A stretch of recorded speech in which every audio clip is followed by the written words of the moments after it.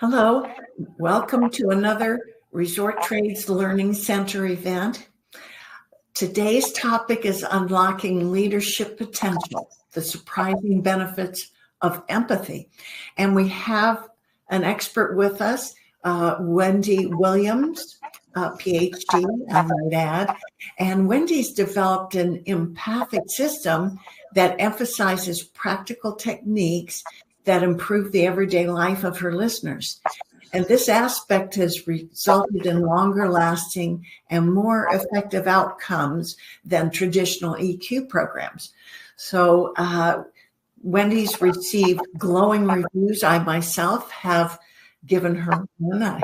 I enjoyed her presentation at Gen X in Miami last spring, and her training and workshops help individuals repair rifts in their personal as well as professional lives to create a more constructive atmosphere. So thank you for agreeing to do this, Wendy.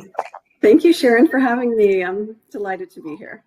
I would love to start with a little bit of the research. I'll try not to be boring. I know sometimes research can turn people off, but I think it's really important because when people think of the word empathy, they think woo-woo stuff. This stuff doesn't apply to me. But actually, empathy is just a set of tools to use for better communication.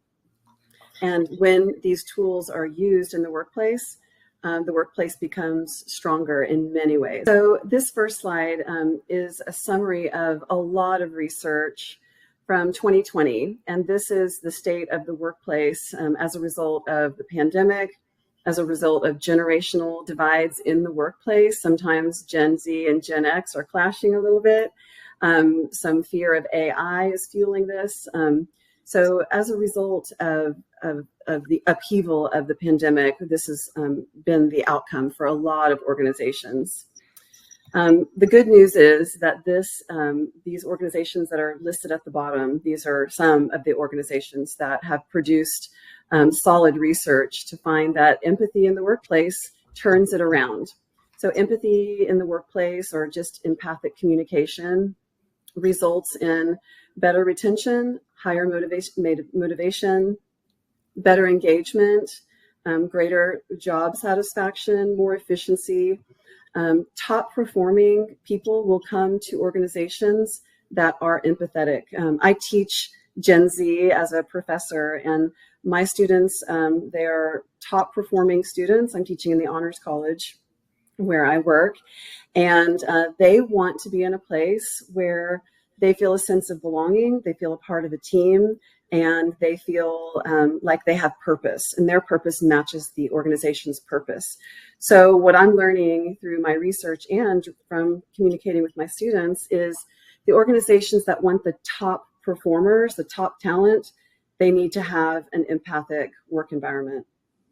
Also, you'll see on this word map, high trust. High trust is really important in any organization because without trust, people don't feel free to make mistakes. And without feeling free to make mistakes or fail, there's no innovation. So high trust work environment means I feel free to be myself, to take risks, and to bring my full creative self every single day. I am not going to fly under the radar and try to just get by, right? I'm going to bring my best. And then, of course, productivity is something that every organization wants to have. So what makes a great leader? This is what Google discovered. They did a big research study, and they asked over 400 people to answer questions. They coded all of the interviews, and they found this is what makes a great leader. So you can read those on your own. I won't read to you, but what I'm interested in is these two in green: interest in employees' well-being and listening to the team. These are directly correlated to empathy. And so what I'm teaching is how to do these two things specifically.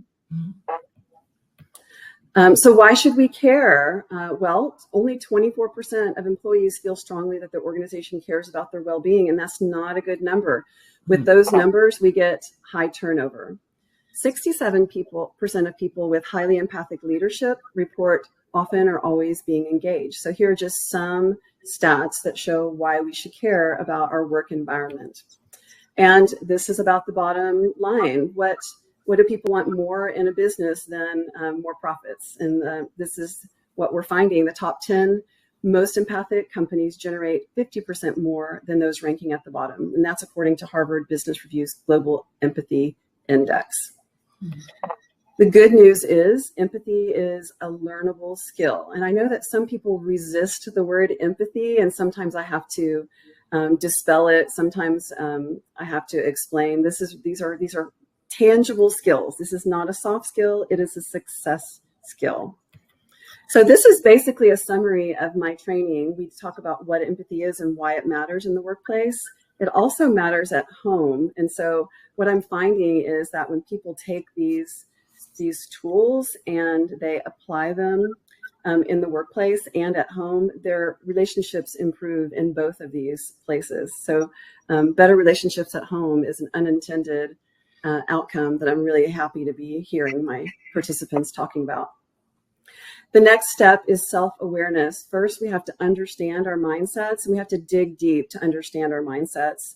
Once we understand why we're feeling the way we're feeling about a certain person, maybe that person has said something that triggered a core fear. Usually we're just reacting.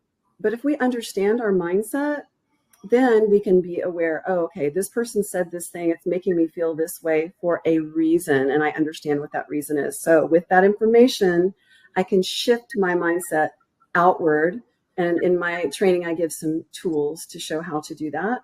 And then finally, and this is where the meat, the heart, I should say, of the training lies, in and out of conflict, how do we communicate? So these two middle sections are about understanding me and what's going on in my mind. And then here, this is all about conflict resolution or building relationships when there is no conflict. So this is an organization that I've worked with for over a year, the Institute for Behavioral Research. They are amazing. And they just get better and better and better because their director really cares about workplace environment. And so I go in and do leadership training. I do empathy inventory, which means interviewing people to find out what's the vibe, what's going on, what's making people happy, or what are people complaining about, and then come up with practical solutions. So we did that. Because they're a research institute, we did some research to see if it was effective. These were the steps that we took, and then this is what we found. 10 to 12% improvement across all categories over 6 months. And that's, and I'm continuing to work with them. So I think that they're just going up and up and up. So super proud of this organization. They're really, really impressive. And it's because the director cares about the workplace environment a lot. So I have a blog here, Don't Settle for a Workplace Decline, which shows a little bit more about the Institute for Behavioral Research. These were some of the issues that they were experiencing, mostly fast growth. And so how to keep people, how to onboard, how to keep them engaged, and how to make people feel a sense of belonging and a part of a team. So this is the research we did. We asked all of these questions. What is the best part of working here? Do you feel your work is valued, etc.? These are all related to empathy in the workplace. Here's the survey. Oh, sorry. This is the culture inventory. These are the questions I asked when I did the inventory. This is the survey. As you can see at the bottom here, before the training, the result was 3.56 on a 1 to 5 scale overall. After the workshop, it was 3.95. So we got from 3.65 to 3.95. Yeah. The best part of this research is that I continued to work with them, and after 3 months, it went up even more, 4.02. Oh. Yeah. So it's good to go in and do a training is great, but to have an ongoing relationship and to continue to find what the needs are, then we can find out, okay, well, this is what's going great, what can be better, and we can target any particular issues that are in need of targeting. I know that you led a series of workshops with Lemon Juice, which is a prominent company in the timeshare industry. I was wondering if maybe you could explain how that works, and you already showed us that the outcome improves and is measurable. Yeah, I would be happy to. Actually, I'm gonna just go through my workbook with you if you would like. Would that be of interest? Oh, that'd be great. Sure. Okay. And for our YouTube listeners, we'll go ahead and put links to various items in the description. Okay, great. So with Lemon Juice, I did an executive retreat. It was a 2-day training, and they are such a great group, and I'm so fortunate to get to have worked with them, because they're another example of a team that is just doing a wonderful job, and they want to even be stronger. So they brought me in, and I had a lot of fun with them. Scott McGregor was a boss of mine back in the 90s. That's great, actually. Yeah, Scott is so great. He was a wonderful participant. Yeah. Very emotionally intelligent person. Oh, that's a good way of describing that. So this is the leadership workbook, and this is the table of contents. So it's an easy place to show what we do. So we start with what is empathy and why is it essential. We talk about trust in the workplace, how it's so important. And then this is the self-awareness part. We talk about, we discover what our core values and our core fears are. And this requires some digging deep. This is hard work. People have to kind of go back to thinking about some things maybe from their childhood. What are the things that they fear and value the most? Why is that important? Because once we understand what our core values and our core fears are, we can understand why people's words and behaviors make us feel the way they do. So we go through a lot of examples and practice to discover what these are. And then with this information, we start to gain self-awareness about why we get triggered by people when they say certain things. And so then we talk about shifting our mindsets. We learn about negative assumptions. There's this thing called negativity bias that we all have. It is something that's hardwired into us as humans, and it makes us assume negative things about other people to protect ourselves. And so if we become aware of how those negative assumptions are affecting us and how they're making us think negatively about other people, then and how usually those negative assumptions are coming in because someone has triggered a core fear, or their core value is rubbing up against our core value. And so we're making negative assumptions. We're creating self-protective stories for ourselves. I'm good, you're bad, I'm right, you're wrong, I'm the victim, you're the perpetrator. This is what our brains do naturally to protect ourselves. So then we go through and talk about antidotes to negativity. And the 3 that I focus on are common humanity outlook, benefit of the doubt thinking, and gratitude mindset. And this is hard stuff. People find this challenging, especially benefit of the doubt thinking. But we get through it, and it hopefully makes people think differently forever thereafter. That's my goal anyway. And then finally, it's the awareness of others part. And this is communication in and out of conflict. So when we're out of conflict, we feel differently. We don't have a heart rate beating. We don't have this anxiousness or this fear of conflict. We're relaxed. And so this is one way to communicate when we're out of conflict. And this is when we need to build trust, build relationships, so that when we do have conflict, which we will, because any organization with 0 conflict is not growing, when we do have conflict, then we have tools to engage the other person, and we can effectively work through those conflicts. And then the final part is just next steps. Specifically, what do we do in our work lives in this particular environment? So the next steps are different for everybody. So for the Institute, our next steps were to do another inventory a few months later. And I met with all of the different teams at different levels, and we came up with a game plan, like a 1-year game plan. So next steps look different for everybody. So this is information that's very targeted, very focused for any organization who is interested. Oh, that's great. So what organization would you say would be an ideal client? Would size make a difference, or will you take a company that's only got maybe a few employees? Or yeah, I mean, size does not really matter. So for a workshop, one workshop, probably no more than 30 is a good number for one workshop. But if there's a bigger team, I can do multiple workshops. Right. It's really best to do workshops with people who are at the same level of power. Because if you're in a small group talking about really personal things with your boss, you might not be as open, right? And so it's really, really good when I can work with just the leadership team, or just middle management, or just, staff members. And that way people can really explore and open up without fear of, having to be careful about what they say. Yeah. Another thing I wanted to talk with you just a bit was your research.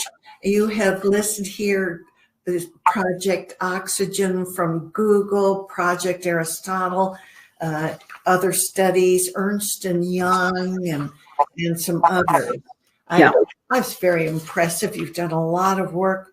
Is this what went into creating your system, would you say? Do you continue to teach this to others? Yes. So I teach empathy at college for my college students, and I teach empathy in the business world. They're different programs because academic businesses don't need academic knowledge as much. They need practical knowledge to get people to want to come into the workplace, be happy, and stay and do their best work, right? So that's the goal in the business world. So yes, I continue to do research. Why is empathy essential for success? And you can just scan through, like the X's are the bad things and the check marks are the good things. People feel like they feel disengaged when they don't feel like they belong. They're constantly looking for another place if they feel dissatisfied. They're going to fly under the radar. It's called quiet quitting that we're seeing a lot when they feel like they don't have a sense of belonging, or they don't feel cared about by their boss. And usually that's the person who's just above them that they're directly reporting to. Yeah.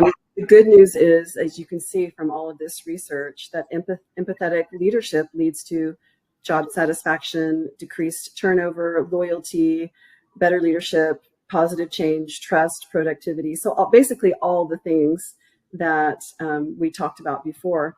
This one's interesting. 92% say that when they're looking for a job, they will specifically look for organizations that demonstrate empathy. And that's Gen Z, Sharon. Gen Z wants a new environment. And I hear a lot from Gen X bosses that they don't like it. And it's my job to convince them that they will like it and that it will be better for everybody.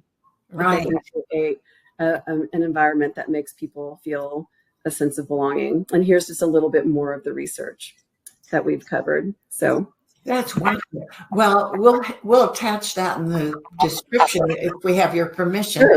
Yeah. Because I think it's invaluable. I myself just right now really rethinking my own treatment of others and my own mindset, if you will. So it might be a very good tool for me to use. Well, you're one of the people who would show up to my workshop and I would know, oh, she's already got it down. I can tell that you have a lot of empathetic skills. But you know what? Even everybody can be more empathetic. And by the way, more empathy isn't always the goal, right? Sometimes somebody has too much empathy and they cannot function. It's called empathic distress, and that's not a good thing. So what I am advocating is just simple communication skills. Empathy is about listening, number one, listening, number two, listening, number three. It's listening. Wonderful advice. Absolutely. So, well, I really appreciate your time, Wendy. And maybe we can do this again. I would love to. Okay. What a pleasure to be with you, Sharon. Thank you so much. Well, you're quite welcome. And I did want to put in a plug for Resort Trades too. If people can subscribe, it's all free. We send out a monthly print publication, or you can go to our website, resorttrades.com, and look at digital edition if you prefer. And we have a weekly e-newsletter, which we call Resort Trades Weekly. Also, you can subscribe using our website. My website is wendyswilliams.com. The S is important because if you just Google my name, you're going to get the famous talk show host. I'm not her. Oh, wow. wendyswilliams.com. And my email is wendy@wendyswilliams.com.